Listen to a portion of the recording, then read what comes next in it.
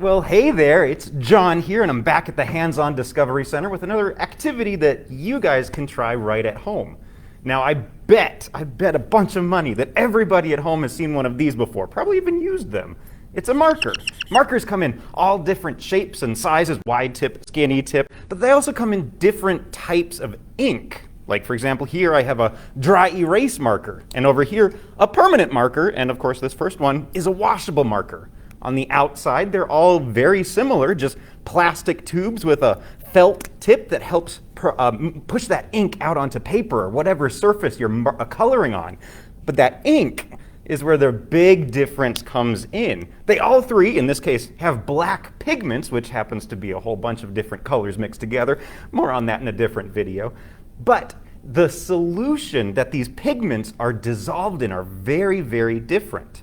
For example, if you take this washable marker and color on a plate, I don't recommend doing this at home, especially not with the fine dining ware. But if you have an old plate that nobody's using, maybe it's a little discolored already, give this activity a try. If you take this washable marker and color on the plate, I'm going to do a W for washable just so we can tell the difference. You'll notice, actually already, some of those pigments are starting to pull apart. You'll notice that this black washable marker isn't truly black. It's mixed up all different colors.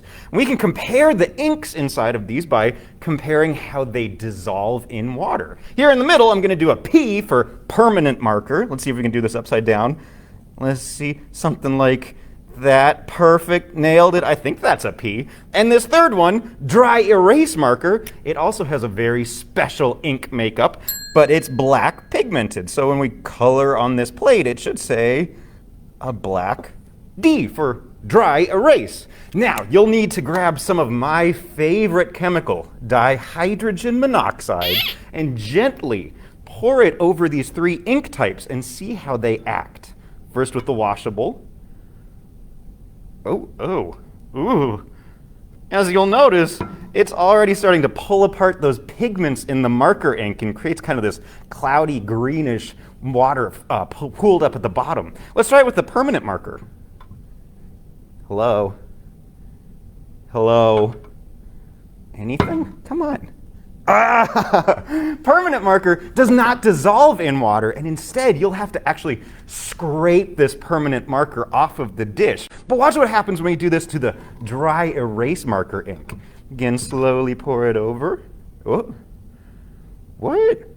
It comes off, but oh my goodness, the ink stays together and kind of floats around in the D for dry erase. We actually lifted this dry erase ink off of the plate by flooding water gently underneath it, peeling it up, and it all has to do with the ink. It actually incorporates silicone polymers that act as kind of a barrier. These silicone chains of molecules actually keep the ink from resting right on the surface and instead kind of hover a little bit above the surface. When water comes through, it actually peels up that ink, and you can actually float the ink around. You can take like a stick, a popsicle stick here, and literally pull up that ink. You'll notice, whoa, there's not a whole lot there. It's a very, very thin layer, small amount of ink that comes off. So what can you do with this? Turn this demonstration into a science activity. Try different colors of inks. See if they work the same, better, or worse than the black marker did.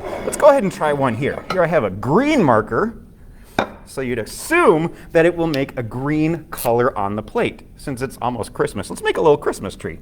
I'm not going to try to do this upside down. Perfect. Beautiful. And we're going to color it in. Why not? Let's make a beautiful piece of artwork on this plate. And as you saw earlier, there wasn't a whole lot of ink in that thin layer in the letter D that I drew earlier. So you may want to go over your tree or whatever beautiful artwork you have a couple times just to build up layers of ink so it's nice and sturdy. Then, oh wait, can't have a Christmas tree without somebody who's sitting around it, maybe wrapping a present. Let's do a little stick figure right next to it. Perfect. There's a head, a little stick figure body. He's got stick figure legs and feet and maybe some arms. And again, you'll want to pour your water very slowly, very gently, otherwise they're just going to get washed off and maybe even fall apart. But slowly, very slowly, pour your dihydrogen monoxide onto your plate. And once it hits that dry erase ink, it'll start peeling up, and all of a sudden, oh goodness, our Christmas tree is starting to float away. Off he goes too. It's so cool. It looks so magical. But you can also turn this into a fun activity at home where you can try to move around your dry erase marker creations. And I'll give you a hint. If you check back in our other videos, there's a certain video called Soap-Powered Speedboat that if you watch that video, you might find a way how you can motorize, make your floating creations move around just with a little bit of dish soap. Whoop, there it goes. Try this one out at home, guys, and be sure to like this video if you enjoyed this activity. Subscribe to our channel so you never miss a new video upload. Also, check below. We might have some information on how you guys at home can help us keep the science alive. But I think right now, I'm going to go make some more floating doodles. Bye, guys!